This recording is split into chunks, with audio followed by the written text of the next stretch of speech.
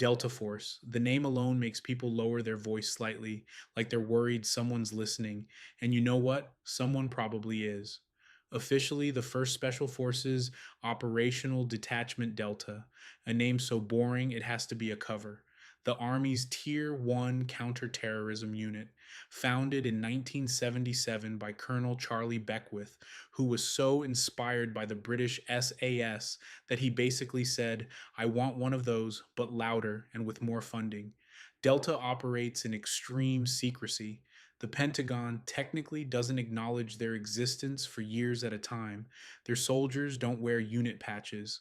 They often have long hair, civilian clothes, and general beard situations that make them look less like commandos and more like a guy who's really into acoustic guitar. Don't be fooled. Hostage rescue, direct action raids, counterterrorism at the highest level. The selection process alone is infamous. Weeks of sleep deprivation, brutal land navigation, carrying absurd amounts of weight over impossible distances, psychological pressure designed to make you quit. Most people do. The ones who don't become Delta operators, operations you've heard of, and many more you haven't. Mogadishu in 1993, hunting high value targets in Iraq, things that simply don't make the news because Delta prefers it that way. Delta Force doesn't want you to know about Delta Force, and somehow that's exactly what makes everyone obsessed with Delta Force. SEAL Team 6. Or, if you want to be precise, and they very much want you not to be, the Naval Special Warfare Development Group, DevGRU. Here's a fun fact. When the Navy created SEAL Team 6 in 1980, there were only 2 SEAL teams at the time. Commander Richard Marcinko named it 6 specifically to confuse Soviet intelligence into thinking there were more teams than actually existed. A lie so effective the name stuck forever, even after the fake teams were eventually invented for real. Incredible. DevGRU is the Navy's equivalent to Delta Force, the most sensitive, most heavily classified operations conducted anywhere on Earth. You know them because on May 2nd, 2011, they raided a compound in Abbottabad, Pakistan, and ended a decade long manhunt, Operation Neptune Spear, possibly the most famous special operations mission in American history. 23 SEALs inserted by helicopter into a hostile compound in the dark in a foreign country without that country knowing they were coming, in and out in under 40 minutes. By the time anyone outside the loop knew what had happened, the team was already gone. DEVGRU operators specialize in maritime counterterrorism, which sounds cool because it is cool. Boarding ships at sea, diving into harbors in the dark, flying across the world on almost no notice to do unspeakable things to people who absolutely deserve it. The existence of SEAL Team 6 is officially acknowledged.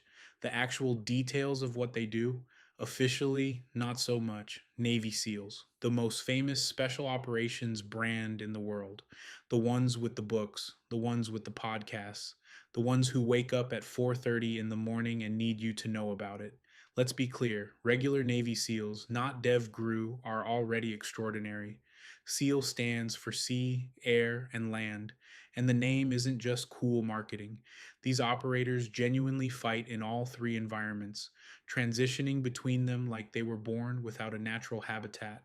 The path runs through BUD/S, Basic Underwater Demolition slash SEAL Training, widely considered one of the most brutal military training programs on the planet. 6 months, dropout rate around 75 to 80%, and the crown jewel of misery within BUD/S, Hell Week.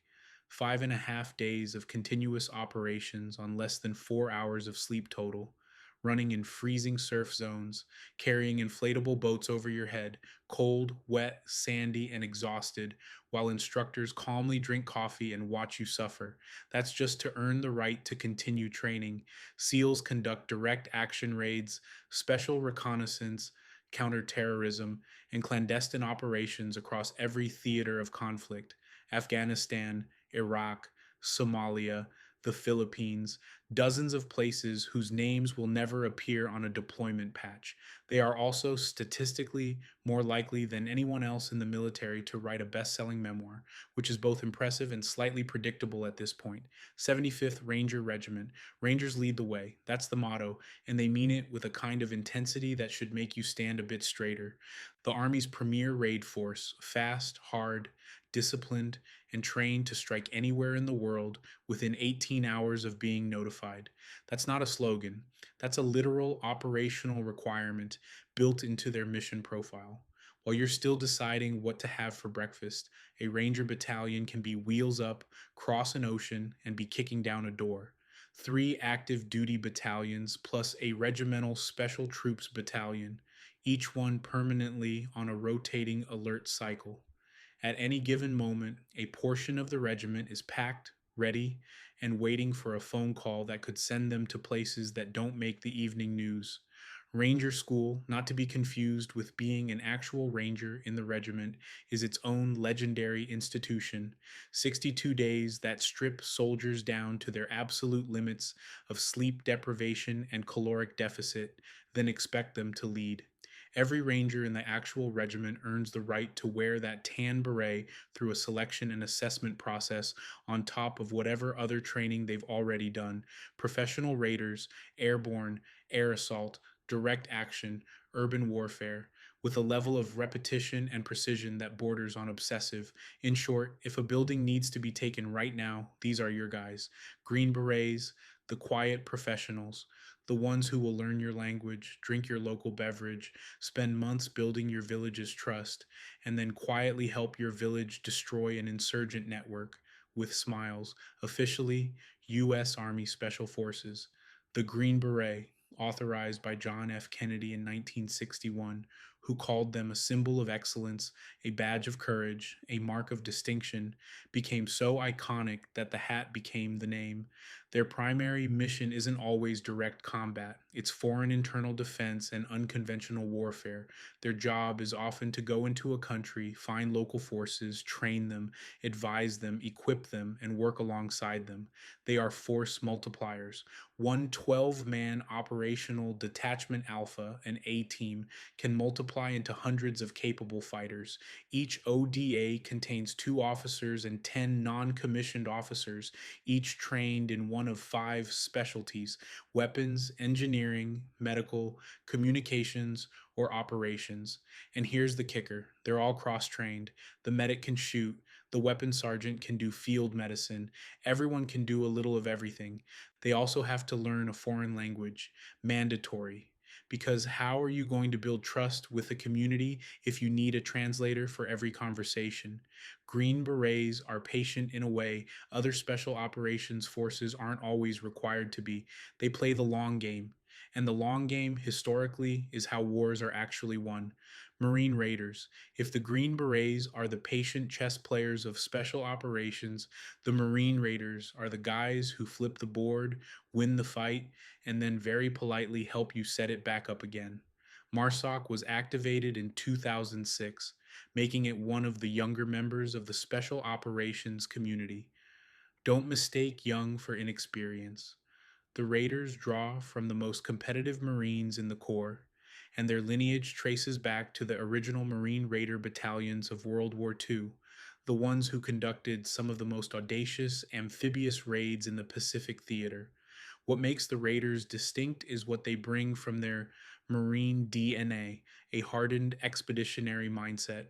Marines are built around the idea of operating from the sea, deploying rapidly, and fighting in austere conditions with minimal logistical support.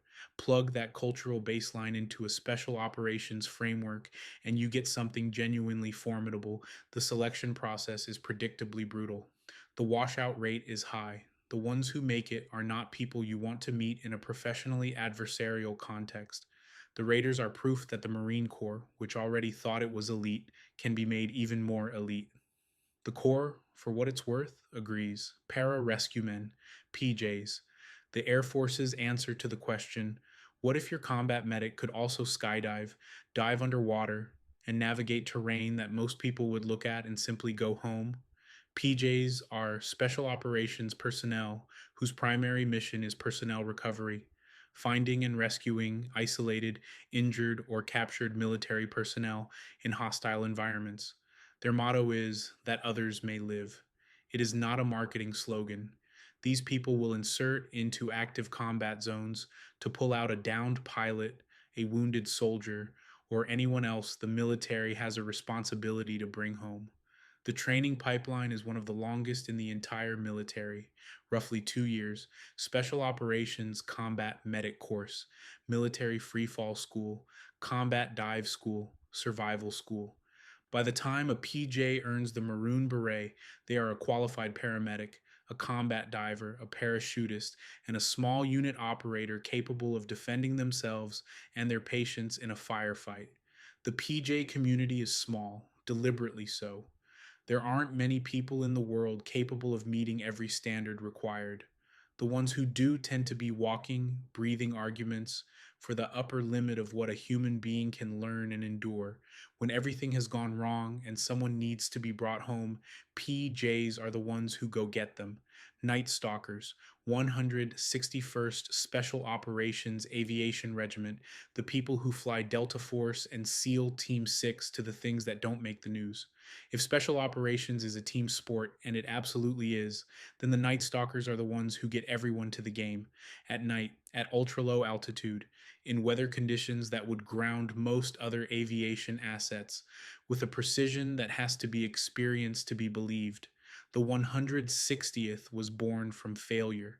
After Operation Eagle Claw, the failed 1980 attempt to rescue American hostages in Iran, which ended with helicopters colliding in the desert, the Army recognized it needed dedicated aviation units trained specifically for special operations missions.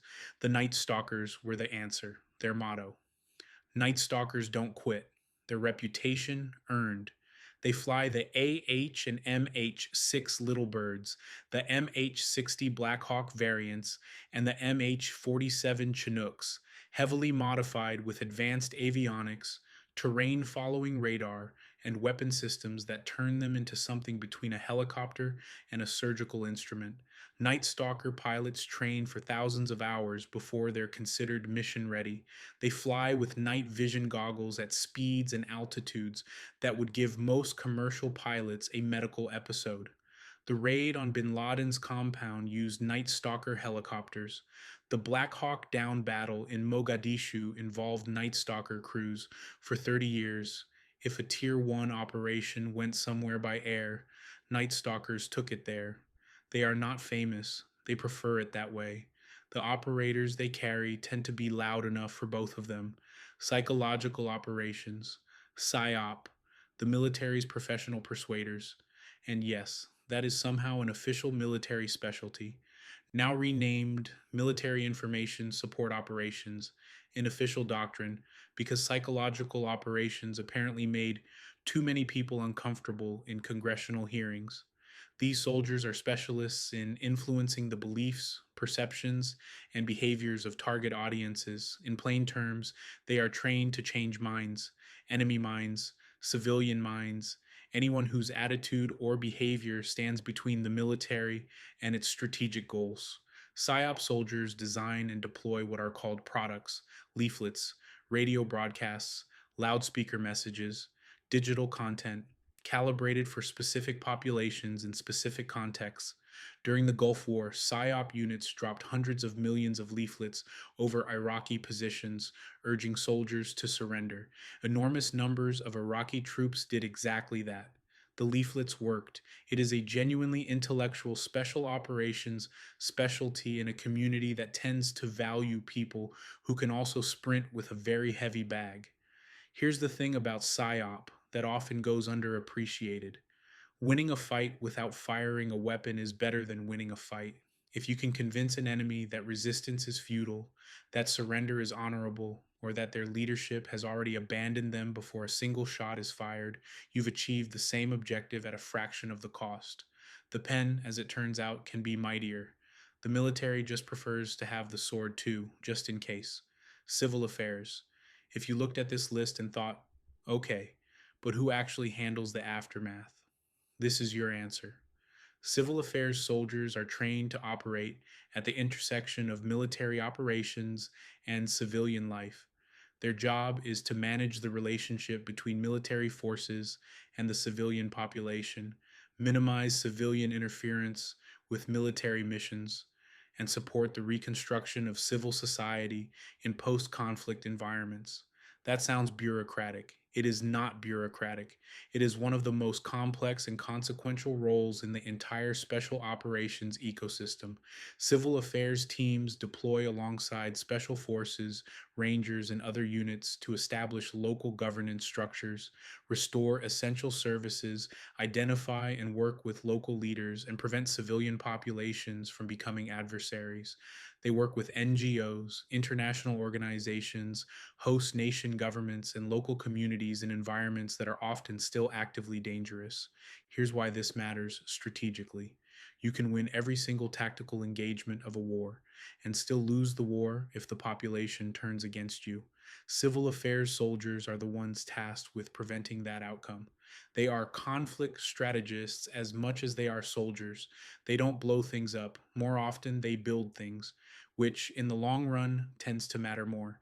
Joint Terminal Attack Controllers, JTACs, the people on the ground who talk to the aircraft overhead and make sure the aircraft overhead hits the right thing. This specialty is perhaps the most technically demanding and pressure loaded job in all of special operations that doesn't get nearly enough credit. A GTAC is embedded with ground forces. He identifies targets, communicates with fighter jets, bombers, or armed drones flying overhead, calculates and confirms target coordinates, deconflicts airspace to prevent fratricide, and issues the clearance to release munitions, often under fire, often while moving, often with incomplete information and very limited time. The margin for error in this job is essentially zero. AJTAC error can mean a bomb hitting the wrong building. It can mean friendly forces being struck. The weight of that responsibility is simply not compatible with anything other than absolute mastery of the task. In the years of heavy combat operations in Afghanistan and Iraq, JTACs were among the most requested and highest impact individuals in any special operations task force. The ability to call in precision air power at a moment's notice is a capability that changes the entire tactical math of a fight. They're small, quiet, and extremely load bearing. In multiple senses of that phrase, most of them you'll never hear about. Most of what they do won't make the news, and they are completely fine with that.